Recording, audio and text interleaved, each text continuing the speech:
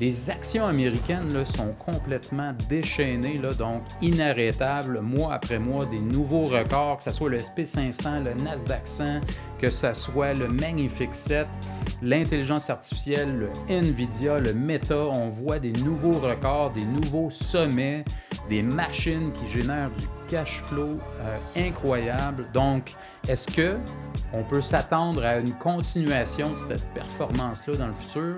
Est-ce qu'on peut regarder, par exemple, certaines métriques qui peuvent nous donner des indices sur qu'est-ce que pourraient être les rendements futurs, disons, pour les 10 prochaines années? Eh bien oui, on peut le faire. C'est ce que je vais faire dans la vidéo. Donc, on va regarder de façon historique, ça a été quoi les rendements futurs pour, disons, les 10 prochaines années, en fonction de certaines métriques, de certains ratios que je vais expliquer. Donc, si tu gères ton propre portfolio et puis tu as une forte pondération dans des actions américaines, je te suggère fortement de regarder la vidéo. Manque pas ça. Donc, commençons par regarder les graphiques. Donc, le SP500 depuis 2009, donc un peu après la dernière récession plus importante, là, regardez la performance. C'est assez incroyable. Là, on parle de 860% d'augmentation, là, donc en 16 ans. En fait, si on regarde ça, ça donne un rendement annualisé de 15%. Et puis, si on compare, par exemple, depuis 1980, le rendement annualisé du SP500 est environ de 9,5%. Si on regarde le Nasdaq 100, là, donc qui sont les 100 plus grosses capitalisations boursières des titres de l'indice technologique du Nasdaq, on voit de son côté une performance encore plus incroyable depuis 2009. On parle de 2000% et plus de performance ou de gains, ce qui donne une performance ou une performance annualisée de 21%. C'est quand même assez incroyable si on regarde depuis 2009. Et puis, si on retourne plus loin dans le passé et puis qu'on regarde la performance du Nasdaq 100, en fait, il y a une performance de 12,5% annualisée. Donc, quand même, ce qu'on peut voir, c'est que depuis 2009, il y a une surperformance du marché américain versus sa moyenne historique depuis 50 ans. Et puis, c'est plus que 50% au-dessus du rendement moyen depuis 50 ans. On peut dire donc qu'on a eu une méchante bonne performance depuis les 15 dernières années. Évidemment, ces graphiques-là donnent le vertige. On va aller voir donc certaines métriques pour voir s'ils sont surévalués. Donc, le premier indicateur qu'on va regarder, c'est le price to earning ou le prix par bénéfice par action, dans le fond. Et puis, ce qui représente, c'est la capitalisation boursière complète de l'entreprise qu'on diviserait par les bénéfices de l'entreprise. Donc, évidemment, plus que la valeur va être élevée, donc du PE ratio, du ratio PE, ça veut dire que plus que la compagnie est évaluée cher, dans le fond. On commence en regardant le graphique depuis 1950 du ratio PE du SP500. On peut voir quand même que il y a eu beaucoup plus d'activité depuis l'année 2000, là, où on a pu voir des gros sommets, des gros pics. Puis, je l'ai pointé là, avec les flèches, on peut le voir que pendant les crises de récession, il y a vraiment eu des gros sommets là, de façon assez incroyable. Ce qui explique que, par exemple, on a eu le plus gros sommet en 2008-2009 au niveau du ratio PE. On va le regarder avec le prochain graphique qui représente vraiment deux courbes, celle du prix du SP500 et celle si on veut, des bénéfices par action du SP500. Et puis, on peut voir que pendant les crises ou pendant les récessions, les bénéfices des entreprises diminuent de façon significative. En fait, on peut le voir sur le graphique, là, en 2008-2009, à cause de la crise des subprimes, les bénéfices du SP500 sont passés de plus de 100 $ par action à moins de 10 $ par action, ce qui est quand même une fonte de pas loin de 90% des bénéfices. Donc, si on prend le prix qu'on paye, on divise par quelque chose qui a fondu par 90%, ça donne une valeur qui est beaucoup plus élevée. Donc, ça distorsionne un peu. Si on retourne sur le graphique qu'on peut voir, là, ça donne des pics à ces moments-là. Donc, à quel point on peut se servir de cet indicateur-là pour savoir si on est surévalué ou sous-évalué. Disons que c'est moyen. Donc, on va regarder un autre indicateur. Donc, le CAPE ratio, CAPE, c'est Cyclically Adjusted Price to Earning. Dans le fond, il va lisser sur une période de 10 ans ou moyenner sur une période de 10 ans le PE ratio, puis il va considérer l'inflation aussi. Donc, on va venir éliminer les pics en lissant les données. Donc, une autre façon d'appeler le CAPE ratio, c'est le PE10, c'est une autre notation que vous allez voir. Et puis sinon, il y a le Shiller PE. Shiller pour Robert Shiller, qui est le prix Nobel de l'économie en 2013. Et d'ailleurs, j'ai lu un de ses livres qui est excellent, je vous le suggère. Donc, on va aller voir le graphique depuis 1950 du CAPE ratio. Là. Donc, vous allez voir, il y a 6 sections de très sous-évalués à correctement évalués à très surévalués en haut. Et puis, vous n'allez pas être surpris de voir que, bon, au début, dans les premières décennies, depuis 1950, on se trouvait dans une zone ou dans une région qu'on pourrait appeler plus correctement évaluée. Et puis que depuis 20 ans, quand même, on a eu quand même beaucoup de volatilité au niveau des évaluations. Et puis que présentement, on se situe dans une zone très surévaluée. Ça veut dire qu'on serait en haut de 2 écarts types au-dessus de la moyenne historique depuis 1950, ce qui est quand même beaucoup. Mais, OK, c'est beaucoup, mais qu'est-ce qu'on peut tirer de ça? Qu'est-ce que le CAPE ratio peut nous dire sur les rendements futurs? J'y arrive. Donc, on va commencer par regarder le CAPE ratio, mais on va regarder en fait depuis 1988 plusieurs points qui vont comparer 2 axes. L'axe en X en bas qui correspond vraiment au CAPE ratio, le PE10, comme on a parlé. Et puis, l'axe des Y va parler des rendements futurs sur 10 ans. Donc, on a pris plusieurs points dans le temps depuis plusieurs décennies. On a tracé les points, puis on a regardé sur les 10 prochaines années quels ont été les rendements fonction du moment où on a regardé le CAPE ratio. Par exemple, si on était en 1990 et puis qu'on avait un CAPE ratio de 10 et puis que le rendement a été de 15 %, ça correspond à, par exemple, un des points verts qu'on met là.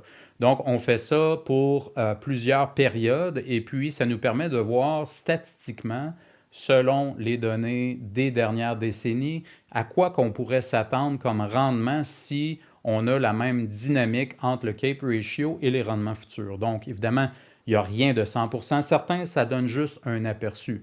Aujourd'hui, ce qu'il faut savoir, c'est qu'on a un CAPE ratio environ de 37-38. Donc, si on regarde le rectangle de 37-38, en fait, on voit que les rendements annualisés sur les 10 prochaines années seraient négatifs, donc entre, disons, moins 1% et moins 5%.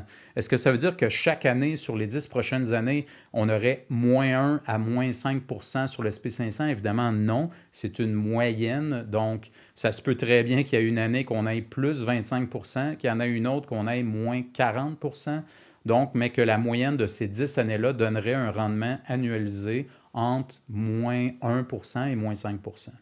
On peut aussi regarder l'autre graphique qui représente le SP500 Forward PE. Donc, ça, c'est le price to earning qu'on a vu tout à l'heure, mais projeté sur les 12 prochains mois. Et puis, la même façon qu'on a fait, on a regardé plusieurs points dans le temps, puis, fonction d'où ce qu'on était, à ce moment-là, quels ont été les rendements futurs pour les 10 prochaines années. Et puis, encore une fois, selon cette même métrique-là, évidemment, les rendements futurs seraient environ de moins 1, moins 2 peut-être jusqu'à 1 à 2 Donc, évidemment, ces deux indicateurs qui peuvent quand même se ressembler. À la base, ils dépendent beaucoup du prix qu'on paye fonction des bénéfices par action. Deux façons un peu différentes de le faire. Il y en a une qui va plus regarder le passé, le CAPE ratio, vu qu'on regarde sur 10 ans, tandis que l'autre va regarder sur le futur. Mais dans les deux cas, on voit que quand même, les rendements futurs risquent de ne pas être tant que ça au rendez-vous si les données du passé représentent le futur. Mais une autre chose qui me dérange en plus de ces métriques-là, c'est souvent, j'entends cette fois-ci c'est différent, l'intelligence artificielle va changer la dynamique, le marché va toujours monter parce que le gouvernement va toujours le supporter. Quand on entend cette fois-ci c'est différent, en partant, moi ça me donne toujours un feeling plus ou moins bon.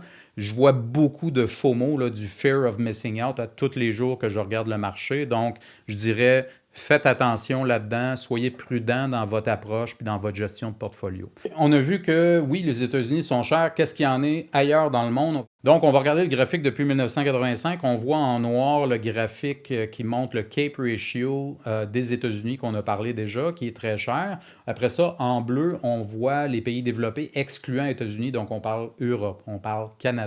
Ensuite, en rouge, c'est les pays émergents. Donc, on va parler, par exemple, de la Chine, on va parler du Brésil, on va parler du Mexique, on va parler de l'Afrique du Sud. Donc, c'est des pays, en fait, qui ont une taille économique quand même importante. Ils ont quand même une bourse relativement liquide et assez ouverte aux investisseurs étrangers. Puis, ils ont une classe moyenne souvent qui est en croissance. Ensuite, en gris, c'est les pays frontaliers, donc c'est les pays émergents du futur ou de la prochaine génération. Donc, c'est des pays plus petits, moins liquides, moins disponibles aux investisseurs étrangers et souvent qui sont plus instables politiquement. Là. On peut penser par exemple au Vietnam, au Nigeria, au Bangladesh par exemple, le Kenya, le Maroc. Donc, c'est des pays évidemment qui sont plus à risque et plus volatiles. Donc, on voit en fait sur ce graphique-là que présentement, ils sont pas chers, ces régions-là.